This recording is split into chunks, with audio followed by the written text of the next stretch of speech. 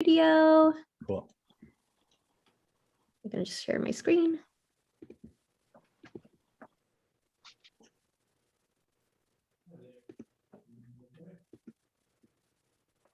Thank you for attending.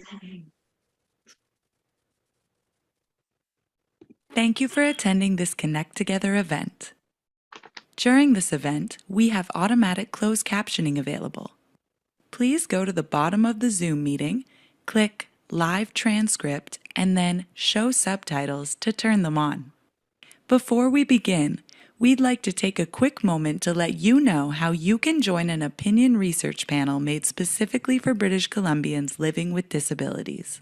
For 25 years, the Disability Foundation has been fostering meaningful experiences for Canadians with disabilities through outdoor recreation, social connectedness, innovative adaptive devices, and more. Today we are asking, how has the pandemic affected you? Help strengthen decision makers' understanding of your needs and experiences by joining an online opinion research panel consisting solely of people with disabilities and their caregivers. Make a difference in your community today. The Disability Foundation. Reimagine what is possible. Did you know? Young adults with disabilities have a harder time getting hired. Break down barriers by sharing your story. Take our survey.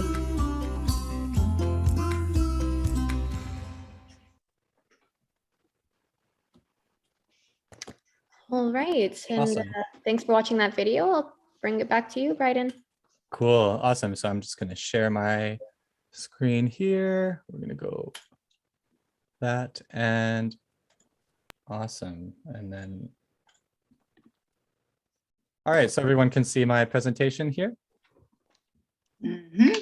Perfect. All right. So yeah, just starting off with a bit of introduction, some contact information. So my name is Bryden Vino. I'm the program coordinator with the Vancouver Adapted Music Society.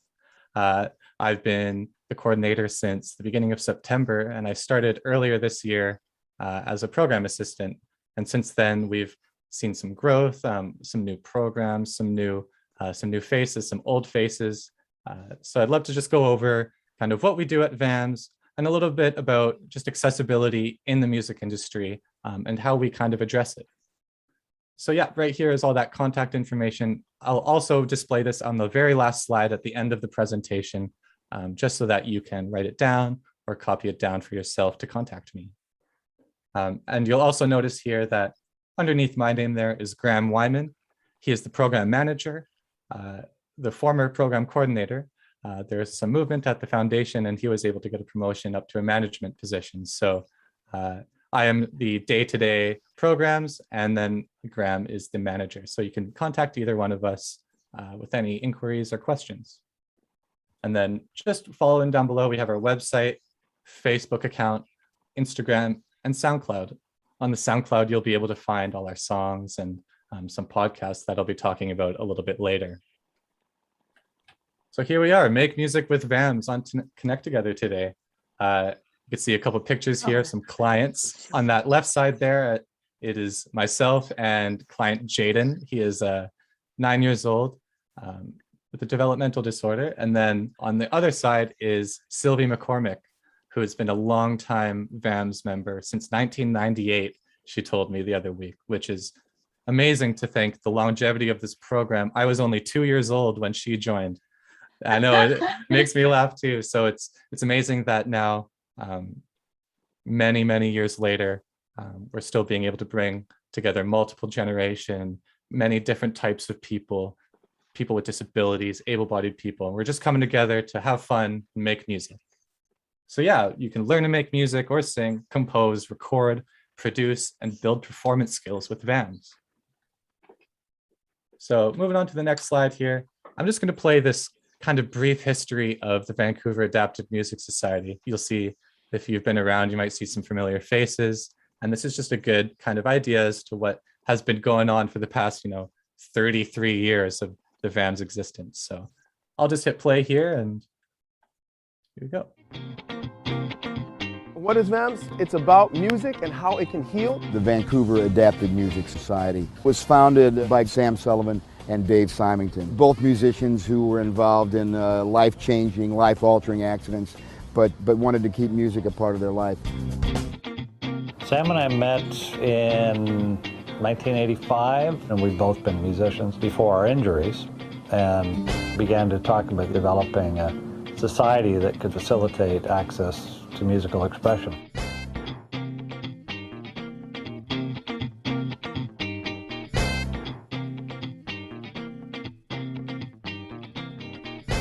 We found some people recording in their front room, other people recording in big studios. So we thought we'd even the playing field. And we built a studio, which I designed for them up at GF Strong. I didn't have anything like this before, but now having it to be able to do something that I enjoy is amazing.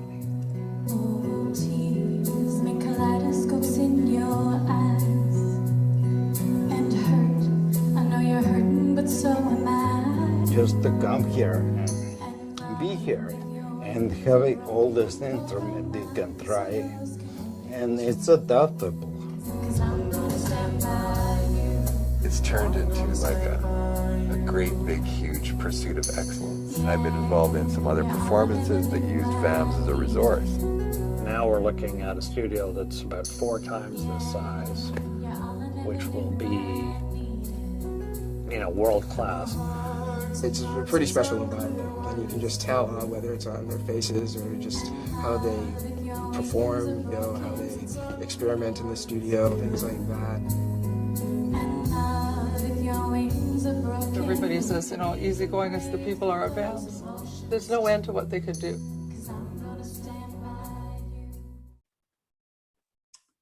Nice. So yeah, you could see there all the different types of people that have been involved with VAMS, newcomers, longtime musicians. We had a fellow in there that actually helped design the GF Strong studio for VAMS. But I will say this though, this video was made before the pandemic, so things definitely have changed since then. Like many organizations, we had to pivot, figure out how can we still deliver our programs in an effective way so that our clients still feel engaged, still feel like, VAMS is that place to go. So moving on. So yeah, just to summarize that brief history, I'll read this out here. The Vancouver Adapted Music Society was co-founded in 1988 by 2 Vancouver musicians, Sam Sullivan and Dave Symington, who you'll actually see in that photo down there on the right. On that bottom left is Sam Sullivan. On the bottom right is Dave Symington. And actually just in the middle of them is a fellow named John Shep, who actually went on to become a highly regarded producer and engineer in Vancouver. So it's cool to see these already in the late 80s, early 90s, this synergy between disabled musicians and able-bodied musicians coming together to still make music, right? So the society began to grow with their band Spinal Cord, a bit of a pun, alongside the many breakthroughs in digital audio and recording that made music a much more accessible art. So you can imagine that these digital instruments, as you saw Dave playing the drums, those what are called Roland octopads, a much more accessible way to play drums than your standard traditional drum kit, where you have to make a lot more movements. So with the addition of the VAMS fully accessible recording studio located at GF Strong Rehab Center, the barriers were removed for so many talented artists to write and record music. This then turned into releasing albums and doing live performances, kind of really rounding out that musical experience. Music can really present itself in so many ways. So it was cool to see, the beginner level, the recording and writing, and then also the performing. This inspired people with disabilities to pick up an instrument for the very first time with VAMS and learn music from people who understand, like-minded people. Either it could be someone else, a musician with a disability, or someone who's been part of the program and understands the challenges and the diverse set of challenges that many people in the community face. So 33 years later, VAMS continues to reimagine what's possible by addressing accessibility properly and adapting with our clients to overcome barriers. A very kind of that main idea of VAMS is, anyone can come through the door. We just got to figure out how we can work together to make music. So let's start out our kind of first program in terms of skill level. Say you're just starting out as a musician. So VAMS is a 3-tier program that allows all skill levels of musicians to participate in our programs. Our first tier, music lessons, has been a very successful program that proves to clients that we can reimagine what's possible. For many, learning music is a new adventure and tough, but it can be hard to find lessons that suit accessibility standards, as well as instructors who understand disability. Lessons are taught individually to focus on the adaptive qualities of the lesson and to make sure our clients feel heard and motivated. They can be taught in two ways, in person and virtually. So kind of just a side note, I want to mention about trying to find a place to do lessons. So a little kind of anecdote about a client I had, that little boy named Jaden on that front cover there. So his mother was looking for piano lessons for months and months and had tried some other opportunities. And of course, these other opportunities are more traditional pathways to learning piano. And the instructors don't often come across students that might have a disability. So their patience might not be quite there, or their understanding of what needs to be done might not be there. So once Jaden came to VAMS, not only was it a free program because he had a disability, it was also a place for him to feel safe, heard, and understood as someone with a disability. So our in-person lessons are held at the VAMS studio in GF Strong. Quick side, it is currently under renovation, so we've been at a temporary location doing lessons. So the studio at GF Strong and is most ideal for clients in the area or those who need specialized adaptive equipment like a guitar table, hydraulic piano stands, and just open space for the ease of mobility. These lessons, of course, tend to be a bit more hands-on, and instructors have the ability to help make those physical adjustments. So you can imagine sometimes maybe you're learning guitar, but because of a disability, you might have some limited hand function. So it is easier for the in-person lesson for the instructor to be able to kind of help out and help move your fingers into the right spot. Whereas on virtual lessons, they're done using Zoom for clients outside of the area or for clients with public health and social distancing concerns, which is totally understandable. The addition of virtual lessons was VAM's response to the COVID-19 pandemic in order to keep our clients engaged in learning. So this format is a more turn-based tutorial type of lesson in which the instructor performs the lesson first, and then the client attempts it until they feel comfortable. So I've been doing Zoom lessons with a man named Adam, and we've been doing it since early this year and completely on Zoom. So he's actually come quite a long way. It's pretty cool to see that even though we've never met in person, he's been able to learn guitar, and it might have taken a little longer than those in-person lessons, but it is still that understanding of someone that knows what it takes to help teach. So yeah, let's move on to our loan and donation program. So this is kind of outside of actually making music, but of course we need the equipment and the instruments and the gear in order to actually make the music. So this has also been an extremely successful program for VAMS that has allowed so many clients to get involved. Instruments and recording equipment can be difficult to afford, and sometimes new clients don't own a guitar or piano themselves or have the means necessary to own it. So VAMS then loans the needed instrument to the client to take home. Just this year, we've been able to loan out guitars, pianos, some audio like recording interfaces, guitar amplifiers, and a few other things too. So there's really this nice diverse set of instruments that we have so that any client can think, well, I kind of want to try out a violin. Well, guess what? We have a few of those, and we could hook up with a volunteer to see if we could try and learn violin. So yeah, now the clients can practice at home without the stress of renting or buying an instrument. But where do all these instruments come from? They're from you, Vancouver. On about a weekly basis, we receive at least one request from a very generous local citizen to donate an instrument. We've now created a great collection of various instruments for our clients to try out, from guitars to trumpets, even accordions we've received recently this year. Also some traditional Chinese instruments. It's very cool. Some instruments that even I don't know how to play, that it would be really cool to have an opportunity to try and learn and be able to teach other musicians.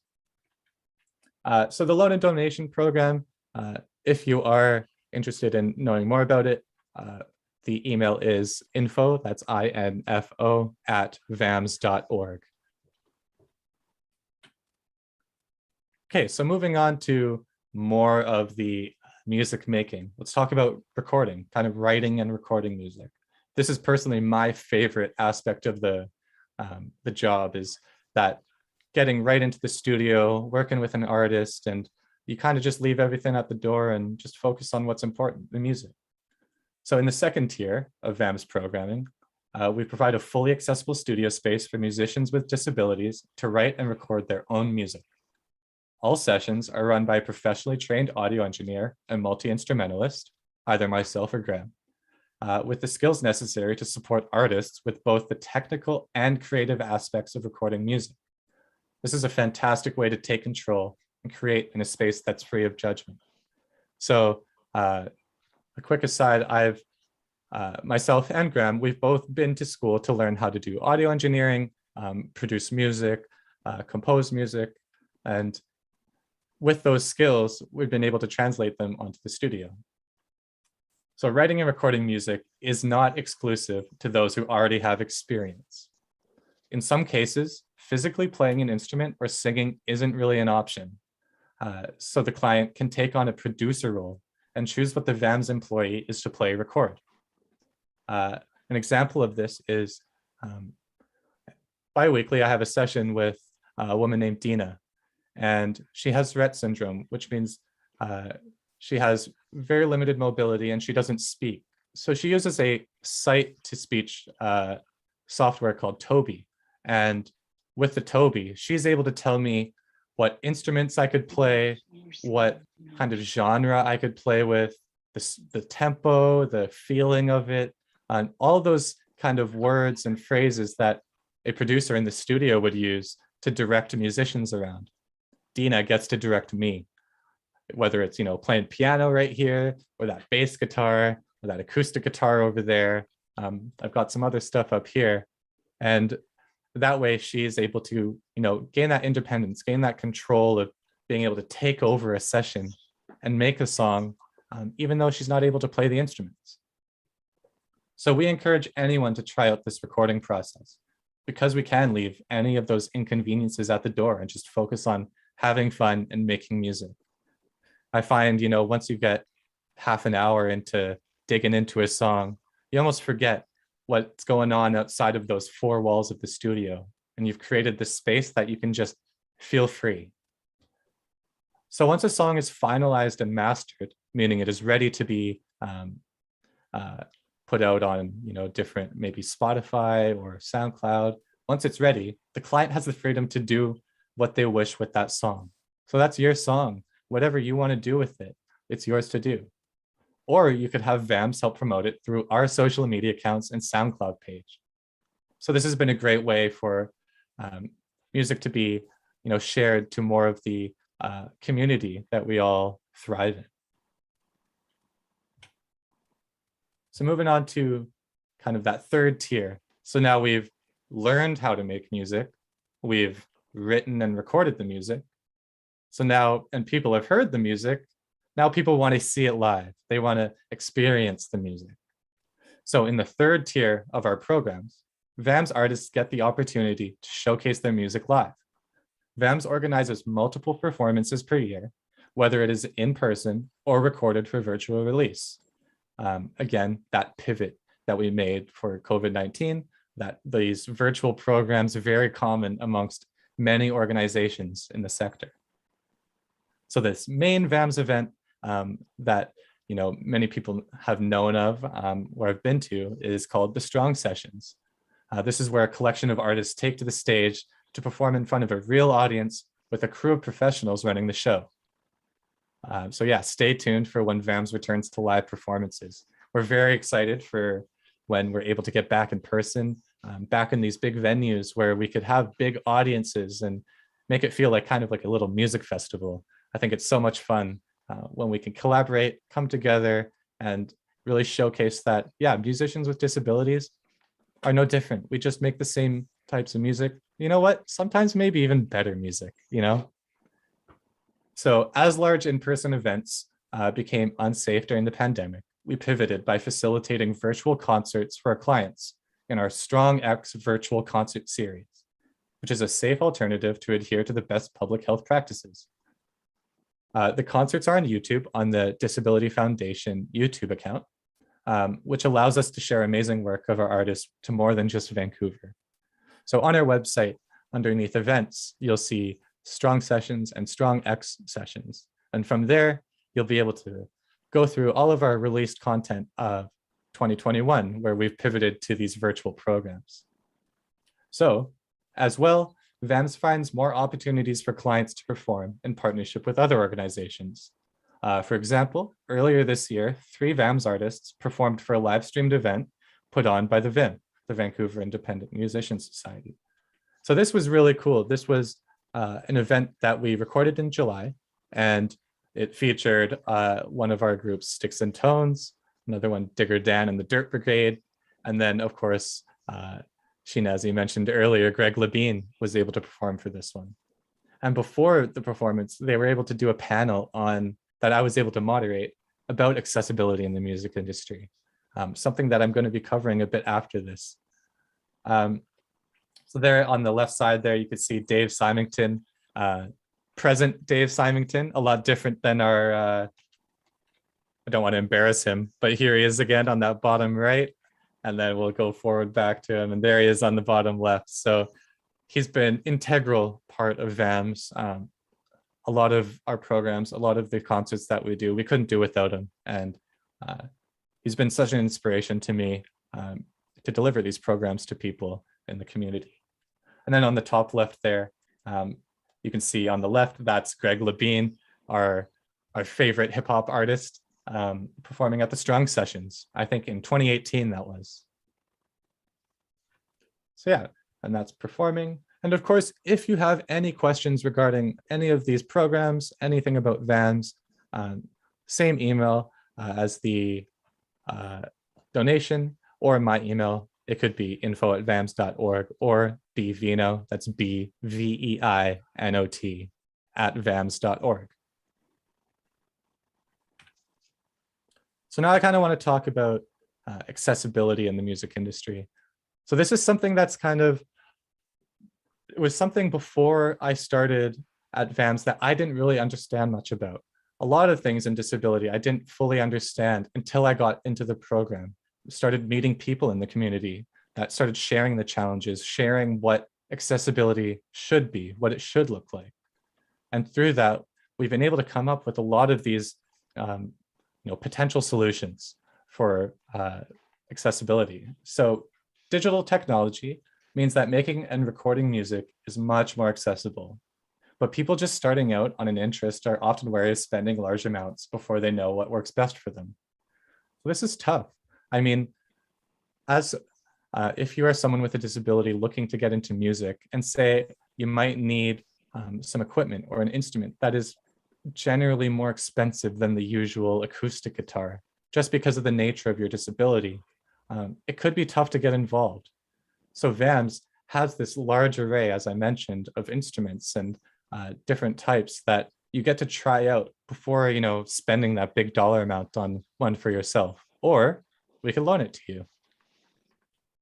Also, VAMS has a variety of options and adaptations made to instruments with the help from Tetra Society engineers, volunteer engineers, I want to stress, which change the playing positions to accommodate wheelchairs or other mobility-related disabilities. So as you can see in that picture right there, there's a guitar on a table that's laying flat, not generally how a guitar would be played. But you can imagine for someone that has maybe limited arm movement or limited hand movement, it might be hard to hold a guitar in a traditional way. So an example of a client that I have, his name is Taruk, and he has cerebral palsy. And it is really tough for him to hold the guitar upright normally. So Tetra volunteers some time ago were able to design this guitar table, which you can see lays the guitar flat. On the right side there, it's set down on a more soft padding so it doesn't damage the guitar. And then we have that unit holding the neck, holding that guitar steady so that you can play it more like a piano almost, play it from the top, a little backwards. It is a little counterintuitive, but if you've ever seen a slide guitar, or a lap steel guitar. Usually they're played like that already. So we kind of have to think outside of the box as to how we can play different instruments. And actually right behind that is a piano on a hydraulic piano stand. And also it is on a rolling shelf that moves forward and backwards. So if you're in a wheelchair, it doesn't matter what size of wheelchair, it doesn't matter anything. That piano, if you wanted to play it, can be raised up and then pulled towards you so that you don't have to worry about moving the wheelchair into the perfect position and then maybe trying to contort your body. We want to make sure everyone feels safe and they won't get injured in any situation. So musicians with disabilities still face barriers, particularly regarding public performance. While a city like Vancouver has many venues that announce themselves as quote unquote accessible, usually this only applies to the auditorium. There are a few, truly accessible stages, for performers.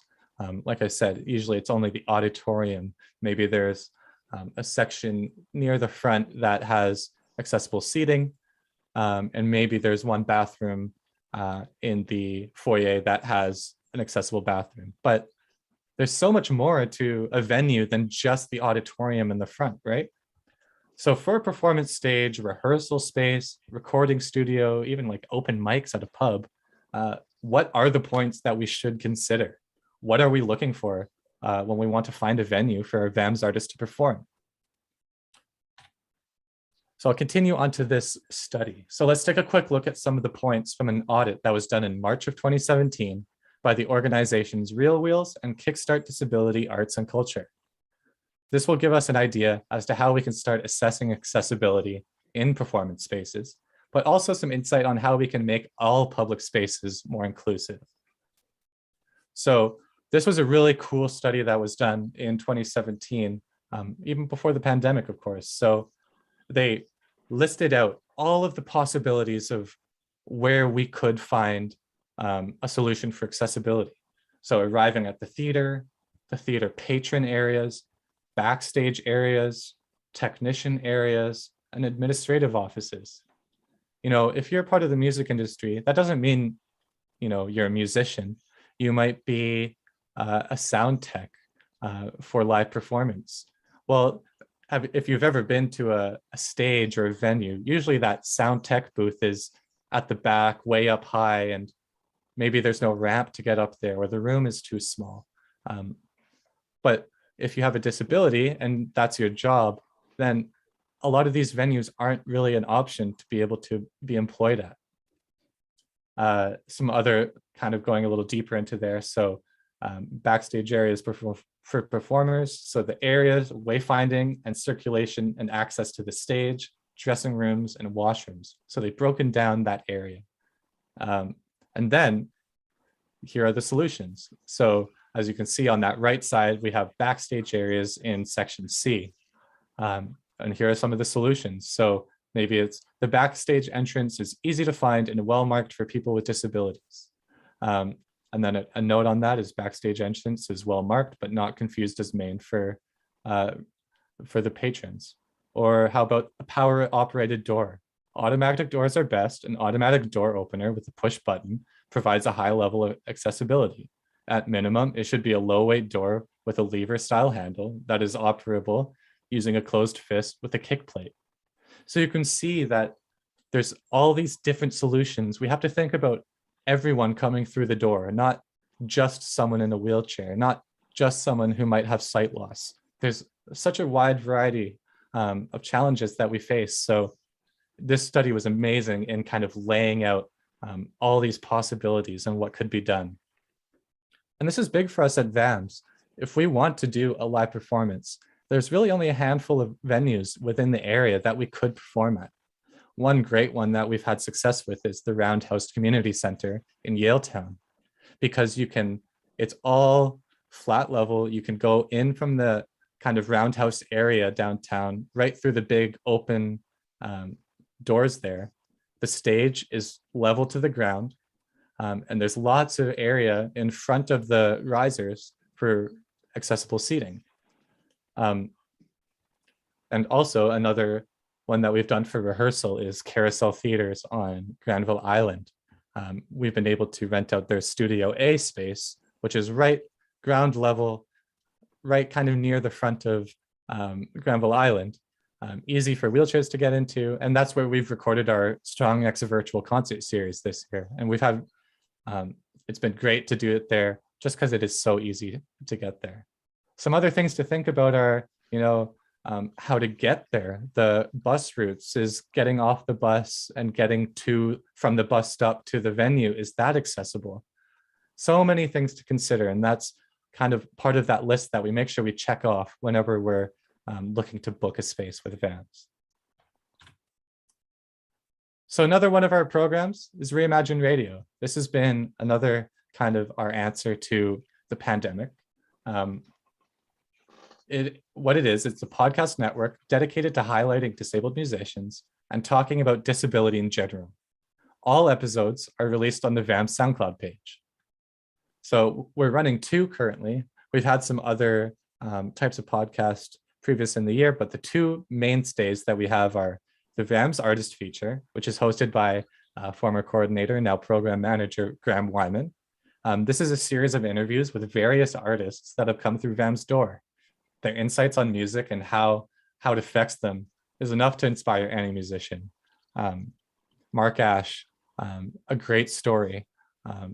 He was in a car accident, was paralyzed for quite a while, and through therapy and then through also VAMS and playing different instruments, and he was able to get back on his feet and even this year perform a virtual concert, playing bass and piano with all songs that he wrote.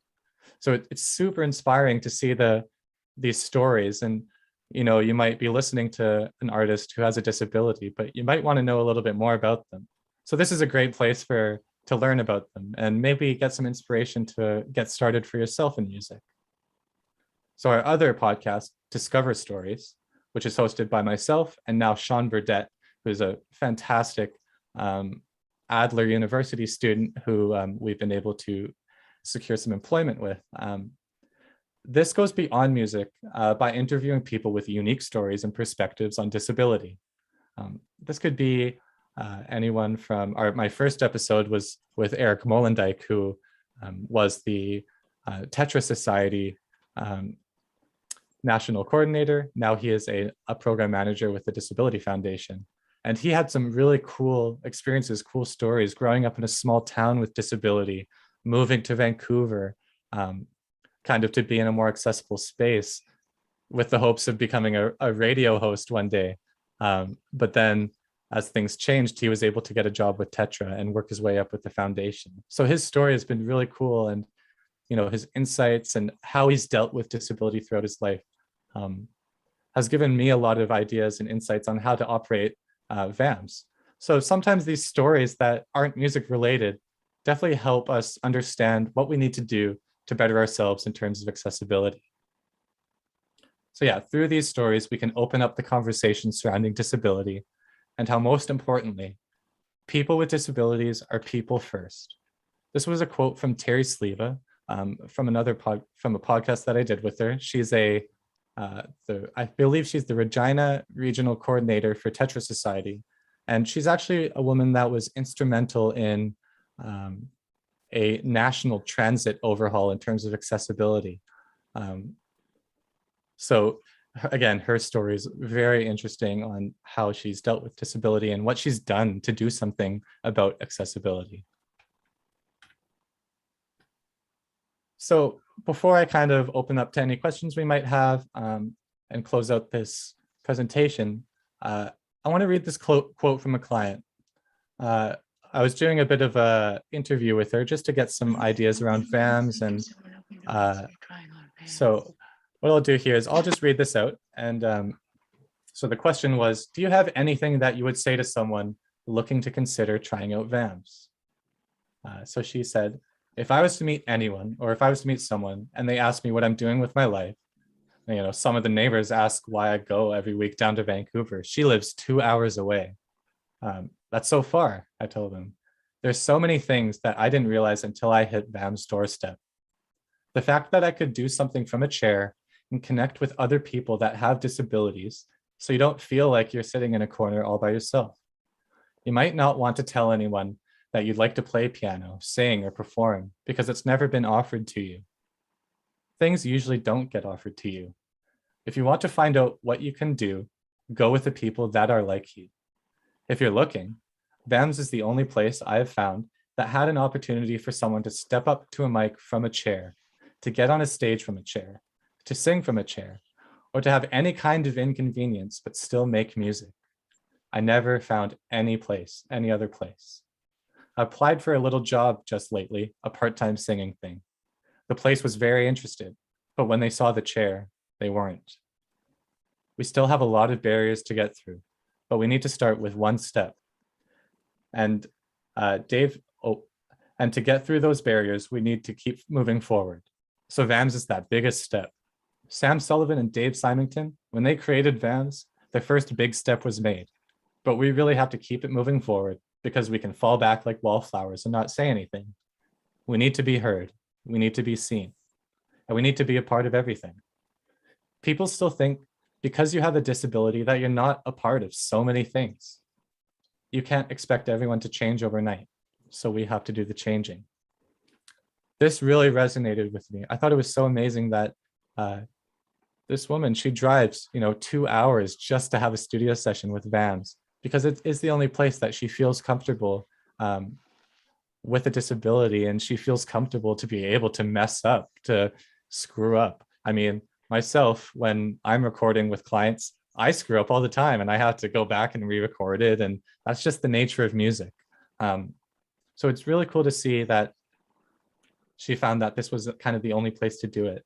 But also an interesting point that we have to keep doing it. We have to keep getting involved and be a part of everything.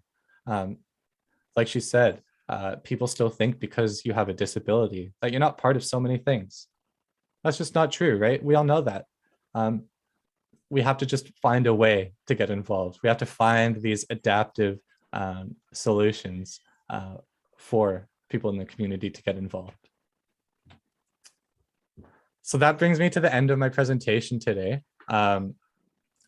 I do actually, before I actually move on to the end, I do want to talk a quick thing about, I'll go back to recording. So part of another cool program that we offer, again, I didn't mention it today just because of the pandemic, but I thought I'd bring it up as we are looking to go back to in-person programs in the new year, hopefully.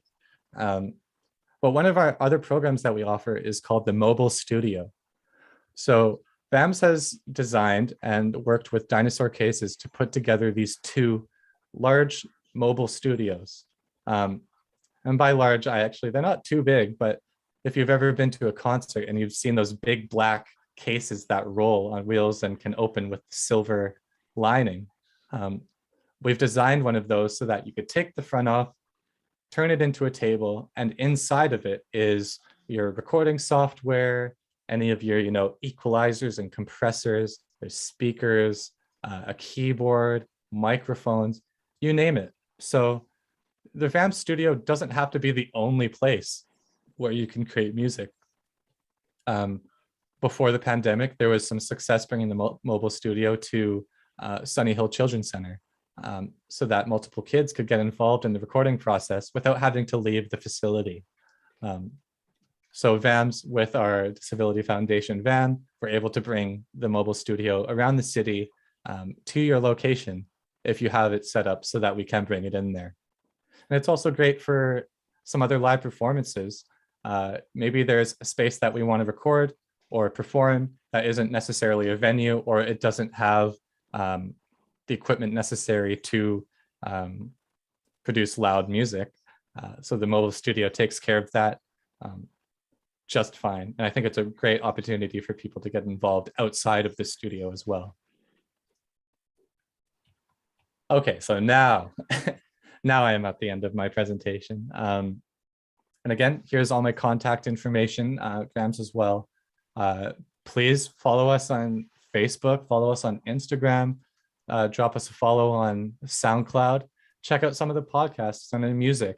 a lot of our VAMS clients' music is also posted on SoundCloud. So you could get a little bit of an idea of kind of the various types of music we like to try. And of course, myself, I'm very open to trying anything, trying new genres, kind of breaking the mold, so to speak.